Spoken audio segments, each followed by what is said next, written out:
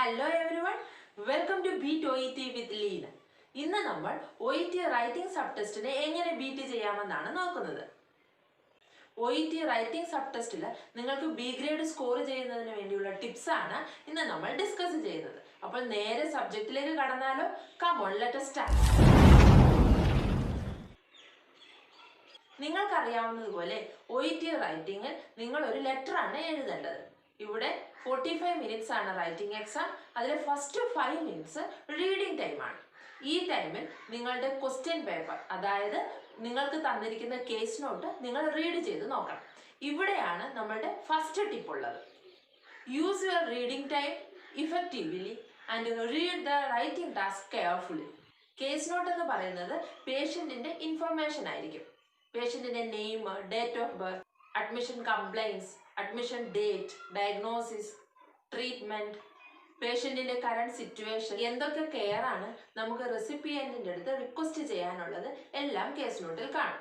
Case നോട്ടിൻ്റെ ഏറ്റവും last ആയിട്ട് bottom പാർട്ടിൽ റൈറ്റിംഗ് ടാസ്ക് എന്നൊരു ഹെഡിങ് ആണ്. അതാണ് നമ്മുടെ കേസ് നോട്ടിലെ ഏറ്റവും ഇമ്പോർട്ടൻ്റ് ആയിട്ടുള്ള ഭാഗം. റൈറ്റിംഗ് ടാസ്കിലാണ് ആരാണ് റെസിപ്പിയൻറ്റ്, ദാറ്റ് മീൻസ് നിങ്ങൾ ആർക്കാണ് ലെറ്റർ എഴുതേണ്ടതെന്നും എന്തിനാണ് ലെറ്റർ എഴുതേണ്ടതെന്നും ഏത് ടൈപ്പിലുള്ള ലെറ്റർ ആണെന്നും കാണുന്നത്. ഫോർ എക്സാമ്പിൾ, റൈറ്റിംഗ് ടാസ്കിൽ ഇങ്ങനെ ആയിരിക്കും എഴുതിയിട്ടുള്ളത്: write a referral letter to doctor George Smith, cardiologist. പിന്നെ ഈ കാർഡിയോളജിസ്റ്റിൻ്റെ അഡ്രസ്സ് കാണും. For further assessment and treatment of mister Ramamurthy. അപ്പോൾ ഇതിൽ നിന്ന് നിങ്ങൾക്ക് എന്താണ് മനസ്സിലായത്? നിങ്ങൾ ആർക്കാണ് ലെറ്റർ എഴുതുന്നത്? ഒരു കാർഡിയോളജിസ്റ്റിനാണ് ലെറ്റർ എഴുതുന്നത്. ഏത് ലെറ്ററാണ്? റെഫറൽ ലെറ്ററാണിത്. എന്തിനു വേണ്ടിയാണ് നിങ്ങൾ ഇത് എഴുതുന്നത്? ഫർദർ ഇവാലുവേഷന് വേണ്ടിയും ഫർദർ ട്രീറ്റ്മെന്റിന് വേണ്ടിയുമാണ്. അപ്പോൾ നിങ്ങൾക്ക് 2 ക്വസ്റ്റ്യൻസ് ഇവിടെ ചോദിക്കണം: to whom you are writing letter and why you are writing letter. ഈ 2 questions throughout the case note നിങ്ങൾ വായിച്ചു നോക്കുമ്പോൾ വളരെ ഇമ്പോർട്ടൻ്റ് ആണ്. കാരണം ഇതിനെ രണ്ടിനെയും ബേസ് ചെയ്താണ് നിങ്ങൾ കേസ് നോട്ടിൽ നിന്ന് ഇൻഫോർമേഷൻ സെലക്ട് ചെയ്യേണ്ടത്. അടുത്തത്, interpret the case note correctly. അതായത് നിങ്ങൾ കേസ് നോട്ട് വായിച്ചു നോക്കുമ്പോൾ അത് ശരിക്കും മനസ്സിലാക്കുക.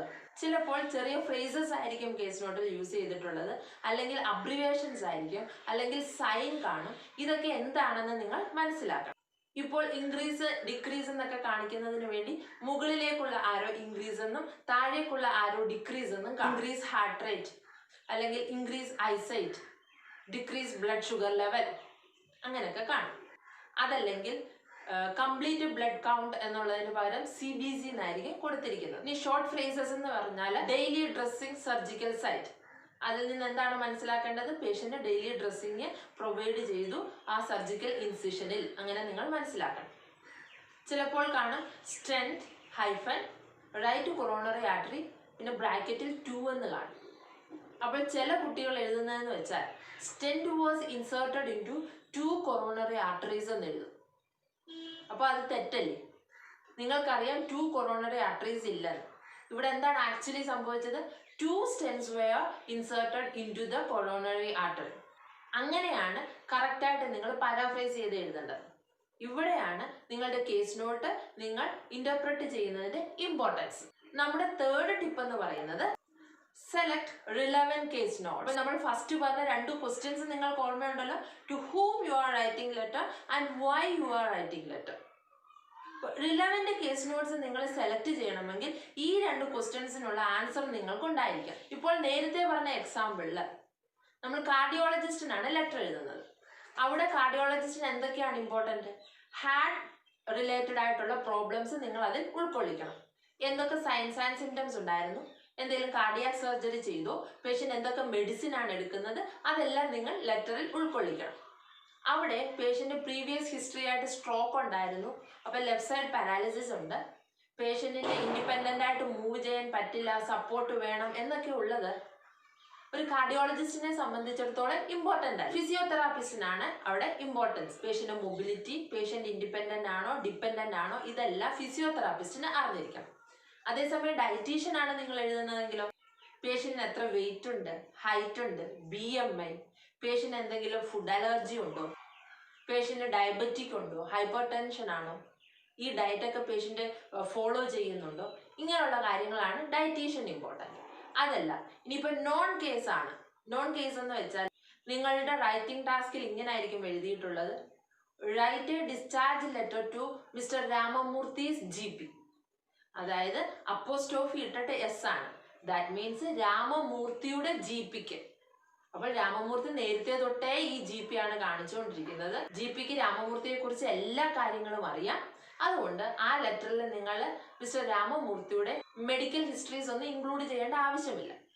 അല്ലാതെ പേഷ്യന്റിന് ഇപ്പോൾ എന്താണ് പ്രശ്നം, എന്തൊക്കെയാണ് ട്രീറ്റ്മെന്റ് കൊടുത്തത്, അതൊക്കെ മാത്രം നിങ്ങൾ ലെറ്ററിൽ ഇൻക്ലൂഡ് ചെയ്താൽ മതി. അതല്ല നോൺ കേസിൽ മറ്റെന്ത് വരാം? ഒരു പേഷ്യന്റിനെ നഴ്സിംഗ് കെയർ ഹോമിൽ നിന്നാണ് അഡ്മിറ്റ് ആക്കിയത്. പേഷ്യന്റിനെ തിരിച്ച് ആ നഴ്സിംഗ് കെയർ ഹോമിലേക്ക് തന്നെ ഡിസ്ചാർജ് ചെയ്യുകയാണെങ്കിലും അവിടുത്തെ നഴ്സിന് ആ പേഷ്യന്റിനെ കുറിച്ചൊരു കംപ്ലീറ്റ് നോളജ് ഉണ്ടായിരിക്കും. അപ്പോൾ നിങ്ങൾ ഡീറ്റെയിൽഡ് ആയിട്ട് പേഷ്യന്റിന്റെ പാസ്റ്റ് മെഡിക്കൽ ഹിസ്റ്ററി ഒന്നും എഴുതേണ്ട ആവശ്യമില്ല. ഓരോ സിറ്റുവേഷൻ അനുസരിച്ച് ഏതൊക്കെ ടൈപ്പിലുള്ള ഇൻഫർമേഷൻ ആണ് കളക്ട് ചെയ്യേണ്ടതെന്നുള്ളത് വേരി ചെയ്തുകൊണ്ടിരിക്കും. ഒരു ലെറ്ററിൽ 180 to 200 വേർഡ്സ് ആണ് അലോ ചെയ്തിട്ടുള്ളത്. അപ് ടു 220 വേർഡ്സ് വരെ പോകുന്നതിന് കുഴപ്പമില്ല. പക്ഷേ നിങ്ങൾ ഇറലവൻ്റ് ആയിട്ടുള്ള ഇൻഫർമേഷനും കൂടി ഇൻക്ലൂഡ് ചെയ്താൽ നിങ്ങളുടെ ലെറ്റർ വളരെ വലുതായി പോകും. അതല്ല 180 താഴെ വേർഡ്സ് എന്ന് വെച്ചാൽ എന്താ അതിൻ്റെ അർത്ഥം? നിങ്ങൾ റിലവൻ്റ് ആയിട്ടുള്ള ഇൻഫർമേഷൻ ഇൻക്ലൂഡ് ചെയ്തിട്ടില്ല എന്നുള്ളതാണ്. അതുകൊണ്ടാണ് വേർഡ് കൗണ്ടിന് ഇമ്പോർട്ടൻസ്. നിങ്ങൾ കറക്റ്റ് റിലവൻ്റ് ആയിട്ടുള്ള ഇൻഫർമേഷൻസ് എല്ലാം സെലക്ട് ചെയ്തിട്ടാണ് ലെറ്റർ എഴുതുന്നതെങ്കിൽ ഒരു 180 to 200 വേർഡ്സിനുള്ളിൽ ലെറ്റർ നിൽക്കും. നിങ്ങൾ കേസ് നോട്ട് വായിച്ചുകൊണ്ടിരിക്കുന്ന സമയത്ത് എപ്പോഴും മനസ്സിൽ to whom you are writing letter and why you are writing letter എന്ന് ചോദിച്ചുകൊണ്ടേ. അപ്പൊ നമ്മളുടെ തേർഡ് പോയിന്റ് എന്താണ്? Select relevant case notes. ഇനി നാലാമത്തെ പോയിന്റ് എന്ന് പറയുന്നത് ഓർഗനൈസ് യുവർ ലെറ്റർ. ഞാൻ നേരത്തെ പറഞ്ഞായിരുന്നു 45 മിനിറ്റ്സിൽ 5 മിനിറ്റ്സ് നിങ്ങൾക്ക് റീഡിംഗ് ടൈം ആയിരിക്കും. ബാക്കി 40 മിനിറ്റ്സ് ആണ് നിങ്ങൾക്ക് ലെറ്റർ എഴുതേണ്ടത്. ഈ 5 മിനിറ്റ്സിനുള്ളിൽ നിങ്ങളുടെ കേസ് നോട്ട് റീഡിങ് കഴിഞ്ഞില്ലെങ്കിൽ നിങ്ങൾക്ക് എക്സ്ട്രാ ആയിട്ട് ഒരു 10 മിനിറ്റ്സ് കൂടെ ആ കേസ് നോട്ട് വായിച്ച് അത് ഓർഗനൈസ് ചെയ്യാം. നമ്മളുടെ നേരത്തെ വീഡിയോയിൽ നമ്മൾ ഡിസ്കസ് ചെയ്തായിരുന്നു OET റൈറ്റിംഗ് ലെറ്ററിന്റെ ഫോമാറ്റിനെ കുറിച്ച് ഇല്ലേ? അവിടെ ആദ്യം ഒരു ഇൻട്രൊഡക്ഷൻ പാരഗ്രാഫ് കാണും, പിന്നെ പാരഗ്രാഫ് 1 അതായത് മെയിൻ ഇഷ്യൂ എന്താണോ അത് എഴുതണം. രണ്ടാമത്തെ പാരഗ്രാഫ് എന്ന് പറയുന്നത് സെക്കൻഡറി പ്രോബ്ലം എഴുതണം. ഇനി നിങ്ങൾക്ക് അഡീഷണൽ ആയിട്ട് എന്തെങ്കിലും ഇൻഫർമേഷൻ എഴുതണമെങ്കിൽ ഒരു അഡീഷണൽ പാരഗ്രാഫ് ചേർക്കാം. പിന്നാണ് റിക്വസ്റ്റ് പാരഗ്രാഫ്. അപ്പോൾ നിങ്ങൾ ശ്രദ്ധിക്കേണ്ടത് ഓരോ പാരഗ്രാഫിലും നിങ്ങൾ ഏതൊക്കെ ഇൻഫർമേഷൻ ഉൾക്കൊള്ളിക്കും എന്നുള്ളതാണ്. അപ്പോൾ ഫസ്റ്റ് 5 മിനിറ്റ് കഴിഞ്ഞിട്ട് എക്സ്ട്രാ ആയിട്ട് ഒരു 5 മിനിറ്റ്സോ അല്ലെങ്കിൽ 10 മിനിറ്റ്സോ കൂടി നിങ്ങൾ അത് പ്ലാൻ ചെയ്ത് കഴിഞ്ഞാൽ നിങ്ങൾക്ക് ഒരു 20 മിനിറ്റ്സിനുള്ളിൽ നിങ്ങൾ ലെറ്റർ ഈസി ആയിട്ട് ഫിനിഷ് ചെയ്യാൻ പറ്റും. ഇത് പ്ലാനിങ് നടന്നില്ലെങ്കിൽ എന്താ കുഴപ്പമെന്ന് വെച്ചാൽ നിങ്ങളിപ്പോൾ ഒരു പാരഗ്രാഫ് എഴുതി കഴിഞ്ഞിട്ടാണ് നിങ്ങൾ ഓർക്കുന്നത് അയ്യോ ഈ ഇൻഫർമേഷനൂടെ ഞാൻ ഇതിൽ ഉൾക്കൊള്ളിക്കണമായിരുന്നു, അത് ഞാൻ മറന്നുപോയി. അപ്പം നിങ്ങൾ വീണ്ടും ആ പാരഗ്രാഫ് ഫുള്ള് അറേസ് ചെയ്യാൻ തുടങ്ങും. ഇവിടെ എല്ലാം നിങ്ങളുടെ ടൈം വേസ്റ്റിംഗ് ആണ്. പിന്നെ നിങ്ങൾക്ക് ടൈമിങ്ങിൽ ആ ലെറ്റർ കംപ്ലീറ്റ് ചെയ്യാൻ പറ്റില്ല. അതുകൊണ്ടാണ് ഓർഗനൈസ് ചെയ്യണമെന്ന് പറയുന്നത്. നിങ്ങളുടെ ലെറ്റർ ഒരു സ്റ്റോറി പോലെ ആയിരിക്കണം. അതിനൊരു ഫ്ലോ ഉണ്ടായിരിക്കണം. ബിഗിനിങ്ങിൽ എന്താണ്, അത് കഴിഞ്ഞിട്ട് എന്താണ്, അത് കഴിഞ്ഞിട്ട് എന്താണെന്നൊരു സ്റ്റോറി പോലെ പോകണം. നിങ്ങളൊരു ഡോക്ടറിനോ നേഴ്സിനോ ആണ് ലെറ്റർ എഴുതുന്നതെങ്കിൽ നിങ്ങൾ ഫസ്റ്റ് പാരഗ്രാഫിൽ എന്താണ് എഴുതുന്നത്? എന്ത് പ്രോബ്ലം ആയിട്ടാണ് പേഷ്യൻ്റ് വന്നത്, എന്തൊക്കെ ട്രീറ്റ്മെൻറ്റ് കൊടുത്തു, പിന്നെ കറണ്ട് സിറ്റുവേഷൻ എങ്ങനെയുണ്ട്, പിന്നെ നെക്സ്റ്റ് പാരഗ്രാഫിൽ നിങ്ങൾക്ക് പേഷ്യൻ്റെ പാസ്റ്റ് ആയിട്ട് എന്തെങ്കിലും മെഡിക്കൽ ഹിസ്റ്ററി എന്തെങ്കിലും ഉണ്ടെങ്കിൽ അത് എഴുതുക. അതേസമയം നിങ്ങൾ എഴുതുന്ന ഒരു സോഷ്യൽ വർക്കറിനാണെങ്കിൽ എന്താ ആദ്യം എഴുതുക? പേഷ്യൻറ്റിൻ്റെ സോഷ്യൽ ലൈഫിനെ കുറിച്ചാണ് എഴുതുന്നത്. ഇപ്പോൾ ഒരു അഡിക്ഷൻ, ആൽക്കഹോളിക് അഡിക്ഷൻ മാറ്റാൻ വേണ്ടി നിങ്ങൾ ഒരു സോഷ്യൽ വർക്കറിന് ലെറ്റർ എഴുതുവാണെങ്കിൽ നിങ്ങൾ ആദ്യം എഴുതേണ്ടത് എന്ന് മുതലാണ് പേഷ്യൻ്റ് ഈ ഹാബിറ്റ് തുടങ്ങിയത്, ഈ ഹാബിറ്റ് കാരണം പേഷ്യൻ്റെ സോഷ്യൽ ലൈഫിൽ എന്തെങ്കിലും പ്രോബ്ലം ഉണ്ടായോ ഇല്ലയോ എന്നാണ്. അല്ലാതെ ആൽക്കഹോളിസം കാരണം പേഷ്യൻ്റ് ഇപ്പോൾ സ്ട്രോക്ക് വന്ന് കാർഡിയാക് പ്രോബ്ലം വന്നു എന്ന് നിങ്ങൾ ആദ്യത്തെ പാരഗ്രാഫിൽ എഴുതില്ല. ആദ്യത്തെ പാരഗ്രാഫിൽ പേഷ്യൻ്റെ സോഷ്യൽ ലൈഫ് എഴുതുക. സെക്കൻഡ് പാരഗ്രാഫിലാണ് ഈ ആൽക്കഹോളിസം കാരണം പേഷ്യൻ്റ് ഇപ്പോൾ അഡ്മിറ്റ് ആയിരിക്കുകയാണ്, പേഷ്യൻ്റ് സ്ട്രോക്ക് വന്നു എന്ന് നിങ്ങൾ എഴുതുന്നത്. അവിടെയുള്ള വ്യത്യാസം നിങ്ങൾക്ക് മനസ്സിലായോ? To whom you are writing letter എന്നുള്ളതിൻ്റെ ഇമ്പോർട്ടൻസ് ആണ് ത്രൂ ഔട്ട് ലെറ്ററിൽ നിങ്ങൾക്ക് കാണാൻ പറ്റുന്നത്. അപ്പോൾ ആർക്കാണോ റെസിപ്പിയൻറ്റ്, അപ്പോൾ ആരാണോ റെസിപ്പിയൻറ്റ് അവർക്കനുസരിച്ച് നിങ്ങളുടെ മെയിൻ ഇഷ്യൂവും സെക്കൻഡറി ഇഷ്യൂവും തമ്മിൽ മാറിക്കൊണ്ടേയിരിക്കും. ഓക്കെ, ഇനി നമ്മളുടെ അടുത്ത പോയിന്റ് എന്ന് പറഞ്ഞാൽ organise the materials in each paragraph. ഓരോ പാരഗ്രാഫിലെയും നിങ്ങളുടെ ഇൻഫർമേഷൻ ഓർഗനൈസ് ചെയ്തിരിക്കണം. ഇപ്പോൾ നിങ്ങളുടെ ഫസ്റ്റ് പാരഗ്രാഫിൽ നിങ്ങൾ എഴുതിയിരിക്കുന്നത് പേഷ്യന്റ് അഡ്മിറ്റ് ആയത് ഈ പ്രശ്നം കൊണ്ടാണ്, അത് കഴിഞ്ഞിട്ട് പേഷ്യന്റ് ഹോസ്പിറ്റലിൽ വന്നപ്പോൾ എന്തൊക്കെ അസസ്മെന്റ് ചെയ്തു, എന്തൊക്കെ ലാബ് ഇൻവെസ്റ്റിഗേഷൻ ചെയ്തു, അതിനെ ബേസ് ചെയ്ത് എന്ത് ഡയഗ്നോസിസ് കണ്ടുപിടിച്ചു, പിന്നെ എന്ത് ട്രീറ്റ്മെന്റ് കൊടുത്തു, ട്രീറ്റ്മെന്റിന് ശേഷം പേഷ്യന്റ് ഇംപ്രൂവ് ആയോ അതോ വേഴ്സൺ ആയോ. അപ്പോൾ ഇവിടെ ഒരു ഓർഡർ ഉണ്ട്, അവിടെ ഒരു ഫ്ലോ ഉണ്ട്. അല്ലാതെ പേഷ്യന്റ് ഇന്ന ഡേറ്റിൽ അഡ്മിറ്റ് ആയി, ഇപ്പോൾ പേഷ്യന്റ് ഇംപ്രൂവ് ആയി, അത് കഴിഞ്ഞിട്ട് നിങ്ങൾ എഴുതോ പേഷ്യന്റെ ഡയഗ്നോസിസ് ഇതായിരുന്നു, പിന്നെ ഡയഗ്നോസിന് മുമ്പ് നിങ്ങൾ ഇന്ന അസസ്മെന്റ് ഒക്കെ കണ്ടുപിടിച്ചു എന്ന് എഴുതിയാൽ അവിടെ ഇൻഫർമേഷൻസ് എല്ലാം കൺഫ്യൂഷൻ ഉണ്ടാക്കുന്നതാണ്. അപ്പോൾ ഒരിക്കലും നിങ്ങൾ റീഡറിന് കൺഫ്യൂഷൻ ഉണ്ടാക്കരുത്. ഒരു ഫ്ലോ ആയിട്ട് ഈസി ആയിട്ട് ലെറ്റർ വായിക്കാൻ പറ്റണം, അല്ലെങ്കിൽ അതെല്ലാം നിങ്ങളുടെ സ്കോറിനെ അഫക്റ്റ് ചെയ്യും. നിങ്ങൾ ഓരോ പാരഗ്രാഫ് എഴുതുന്നതിന് മുമ്പ് ഒരു 1 മിനിറ്റ് 2 മിനിറ്റ് നിങ്ങൾ ആലോചിക്കണം, ഈ പാരഗ്രാഫിൽ ഞാൻ എന്തൊക്കെ ഇൻഫർമേഷൻ ഉൾക്കൊള്ളിക്കുമെന്നുള്ളത്. അതിന് നിങ്ങൾക്കൊരു കാര്യം ചെയ്യാം. കേസ് നോട്ട് റീഡിങ് സമയത്ത് ഒരു പെന്നോ പെൻസിലോ ഉപയോഗിച്ച് ആവശ്യമുള്ള ഇൻഫർമേഷൻസിൻ്റെ അവിടെ റിലവൻ്റ് ആണെങ്കിൽ റിലവൻറ്റിൻ്റെ R ഇടുക, ഇറിലവൻ്റ് ആണെങ്കിൽ I ഇടുക, സെമി റിലവൻ്റ് ആണെങ്കിൽ S എന്നിടുക. ഫസ്റ്റ് പാരഗ്രാഫിൽ ഉൾക്കൊള്ളിക്കുന്നതിന് ഫസ്റ്റ് എന്ന് നമ്പർ ഇടുക, സെക്കൻഡ് പാരഗ്രാഫിൽ നിങ്ങൾ ഇൻക്ലൂഡ് ചെയ്യുന്നതിന് സെക്കൻഡ് എന്ന് ഇടുക, തേർഡ് പാരഗ്രാഫിനുള്ളതിന് 3 എന്ന് നമ്പർ ഇടുക. അങ്ങനെയൊക്കെ ചെയ്തു വെച്ചാൽ നിങ്ങൾ ലെറ്റർ എഴുതുന്ന സമയത്ത് നിങ്ങൾ ഇൻഫർമേഷൻ ഒന്നും മിസ്സാകത്തില്ല.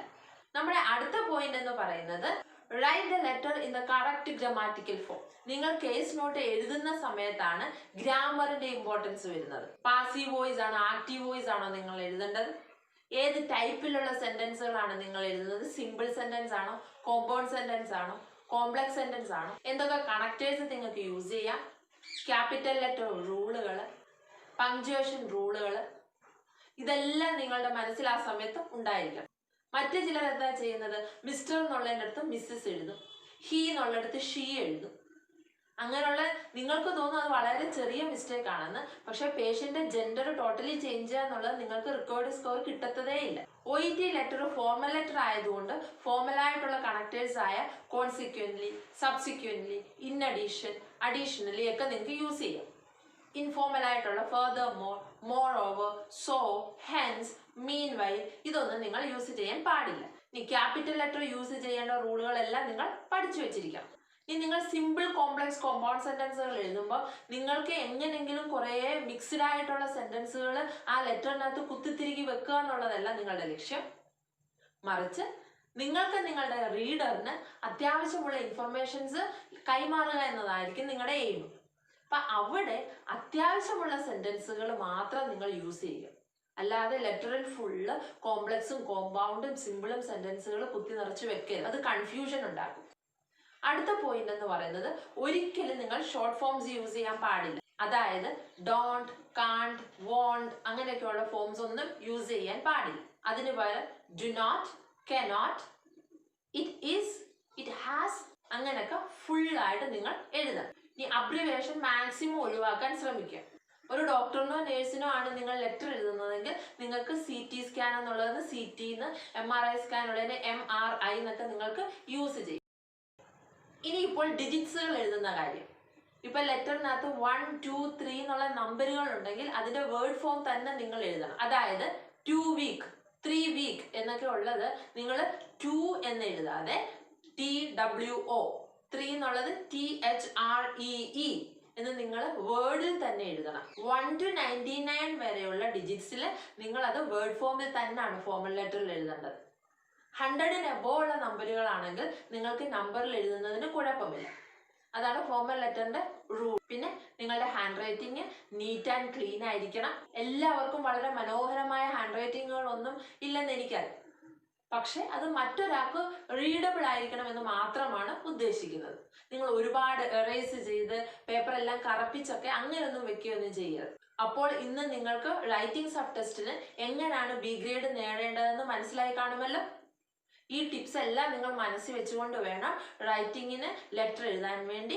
ഇത് നിങ്ങൾക്ക് ഉപകാരപ്രദമായെന്ന് നിങ്ങൾ വിചാരിക്കുന്നുണ്ടെങ്കിൽ പ്ലീസ് എൻ്റെ ചാനൽ ലൈക്ക് ചെയ്യുക, സബ്സ്ക്രൈബ് ചെയ്യുക, നിങ്ങളുടെ ഫ്രണ്ട്സുമായി ഷെയർ ചെയ്യുക. മറ്റൊരു വീഡിയോയുമായി വീണ്ടും കാണാം. Bye bye.